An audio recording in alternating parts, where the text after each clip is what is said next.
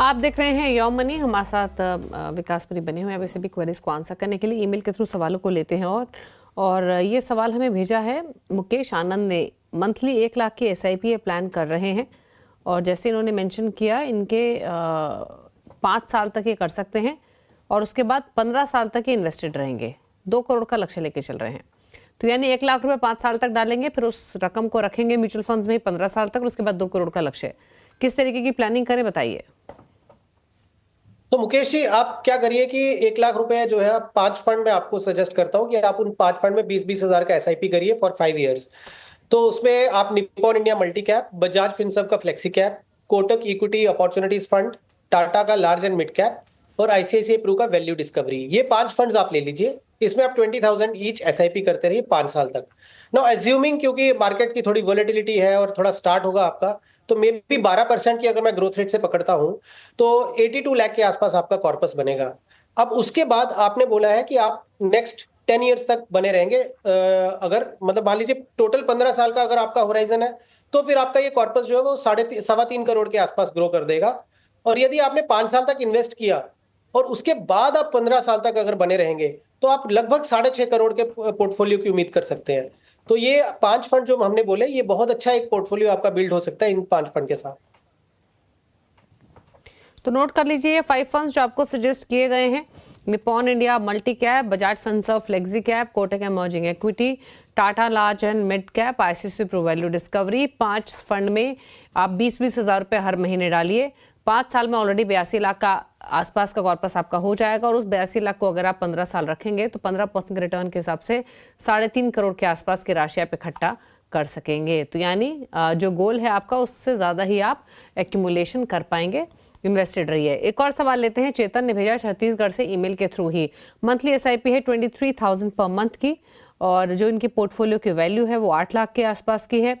साथ ही 11 साल में इनका 5 करोड़ का टारगेट है। पोर्टफोलियो फटाफट से मैं बता दूं, NJ ALSS tax saver 3,000 per month, similar amount डाल रहे हैं निप्पॉन इंडिया स्मॉल कैप में, फिर 2-2 हजार ईच डाल रहे हैं ये Kotak emerging equity, ICICI Pru commodities, HDFC flexi cap में 1000 ईच डाल रहे हैं Mahindra Manulife multi asset, Axis growth opportunities, Union business cycle, Bandhan core equity, SBI contra, quant small cap में 2000, फिर 500 डाल रहे हैं 3 फंड्स में, SBI innovative, Tata Nifty India tourism, ICICI Pru energy और 300 बंधन स्मॉल कैप में।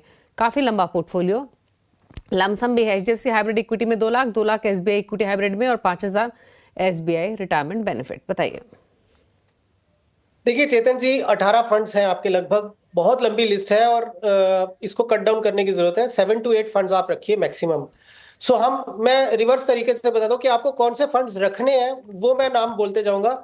बाकी फंड से आप एग्जिट कर सकते हैं, बट एक डिस्क्लेमर ये जरूर है कि आप जब एग्जिट करेंगे तो ये जरूर देखिए कि आपका एग्जिट लोड नहीं होना चाहिए और मार्केट की थोड़ी परिस्थिति ठीक नहीं है। एक बार थोड़ा मार्केट रिकवर हो जाए और आपको लगे कि आपका अच्छा अपसाइड है, तो आप उस समय वो निकल सकते हैं वहां से। लेकिन कौन से फंड्स में आपको बने रहना है उसकी मैं एक बार लिस्ट डाउन कर देता हूं। आप SBI कॉन्ट्रा में बने रहिए, बंधन कोर इक्विटी में बने रहिए, Nippon India small cap fund में बने रहिए, कोटक इमर्जिंग इक्विटी में आप बने रहिए, HDFC फ्लेक्सी कैप में आप बने रहिए, NJ का ELSS फंड में आप बने रहिए, टैक्स सेवर फंड है ये, और बंधन के स्मॉल कैप फंड में बने रहिए। ये हो गए फंड्स जो आपने कंटिन्यू रखने हैं। इसके अलावा आप क्या करिए, जो ICICI का कमोडिटीज फंड है और आपका एनर्जी अपॉर्चुनिटीज ही ICICI का जो है, इन दोनों को बंद करके आप ICICI का मल्टी कैप फंड ले लीजिए। तो ये आपका लास्ट फंड होगा जो आपके किटी में ऐड हो सकता है। ये आप करके रखेंगे तो आपका पोर्टफोलियो बेहतर परफॉर्म करेगा। और जो आपने लमसम ऑलरेडी किया है, जैसे मैंने बोला कि आप एक बार उसमें बने रहिए, जब मार्केट साइकिल टर्न होगा, अच्छी रिटर्न आएगी, तब आप विड्रॉ करिए। और विड्रॉ करने के बाद आप इन्हीं जो हमने 7 या 8 फंड्स की बात की, इन्हीं में आप टॉप अप कर दीजिए। और आपको एक चीज और बताना चाहूंगा कि क्योंकि 1.25 लाख का कैपिटल गेन की एग्जेम्पशन होती है, तो आपके पास अपॉर्चुनिटी होगी कि जब आप निकलेंगे तो इस तरीके से निकले थोड़ा थोड़ा, ताकि आपका 1,25,000 का कैपिटल गेन हो, उसमें जो आप निकाल लेंगे पैसा, उसमें आपका टैक्स भी नहीं लगेगा। तो ये 2-3 चीजों का ध्यान रखिएगा। जहां तक टारगेट की बात है, आपने बहुत अग्रेसिव टारगेट रखा है। 11 साल में 1 करोड़ 10 लाख के आसपास आपका कॉर्पस बनेगा यदि आपके एग्जिस्टिंग इन्वेस्टमेंट्स और सिप्स को मैं लूं। बट यदि आप चाहते हैं कि आपका पोर्टफोलियो जो टारगेट आपने सेट किया 5 करोड़ का, उसके लिए या तो आपको 20 से 21 साल तक बने रहना पड़ेगा इन गिवन कंडीशंस, या आपको कम से कम 1,25,000 से 1,30,000 की सिप करनी पड़ेगी। तो आप इसका बीच का रास्ता ढूंढिए, अपने सिप्स को स्टेप अप करते रहिए और जैसे जैसे आपको मौका लगे आप टॉप अप करते रहिए। इम्पॉसिबल कुछ नहीं है, बट हाँ, आपको थोड़ा सा जोर लगाना पड़ेगा आपकी इनपुट वैल्यू को लेके। ओके, तो यानी आपको बताया गया है, पहली बात तो पोर्टफोलियो थोड़ा छोटा कीजिए, इतने सारे बड़े पोर्टफोलियो की जरूरत नहीं है। आमतौर पर सभी निवेशकों की सलाह दी जाती है कि 7-8 फंड ही काफ़ी हैं मैक्सिमम, वो भी 5-6 फंड भी रखेंगे तो भी काम चलेगा आपका, और इसीलिए आपके पोर्टफोलियो पर सलाह दी गई है। कितना इकट्ठा कर पाएंगे? 1.25 करोड़ रख लेंगे। SIP अगर आप एलोकेशन इंक्रीज करते हैं तो 5 करोड़ आप हासिल कर पाएंगे, लेकिन उसके लिए आपको SIP अमाउंट इंक्रीज करना पड़ेगा या फिर आपको अपना टाइम होराइजन इंक्रीज करना पड़ेगा। अब आपने जैसे इनको सलाह दी है, काफ़ी सारे फंड से निकलने की सलाह दे दी है, रखने कौन से फंड्स हैं? मैं सिर्फ उन फंड्स का नाम ले लेती हूँ। 6 फंड्स का यहाँ जिक्र किया है। SBI कॉन्ट्रा, बंधन core equity, Nippon India small cap, Kotak emerging equity, NGLS टैक्सेवर और बंधन स्मॉल कैप। एक चीज़ और इसमें विकास जी के पोर्टफोलियो में, अब जैसे आपने कहा है कि या तो SIP एलोकेशन बढ़ाएं या फिर आप समय सीमा बढ़ाएं। अगर SIP एलोकेशन ये बढ़ाते हैं तो क्या इक्वल रेशियो में इन सभी फंड्स में डिवाइड करें या फिर किसी पर्टिकुलर फंड्स में ज्यादा एक्सपोजर ले सकते हैं? मतलब कि जो अमाउंट रहेगा SIP एलोकेशन का वो इवनली इन सभी फंड्स में डिप्लॉय करें या रेशियो थोड़ा ऊपर नीचे रह सकता है? नहीं, क्योंकि बहुत अच्छा पॉइंट आपने रेज किया। 11 साल का टाइम है, तो इनको अपना जो अगेन जो फंड्स हैं जिसमें लार्ज कैप फंड का एक्सपोजर और मिड कैप का ज्यादा रहेगा, वहां एलोकेशन इनकी ज्यादा होनी चाहिए।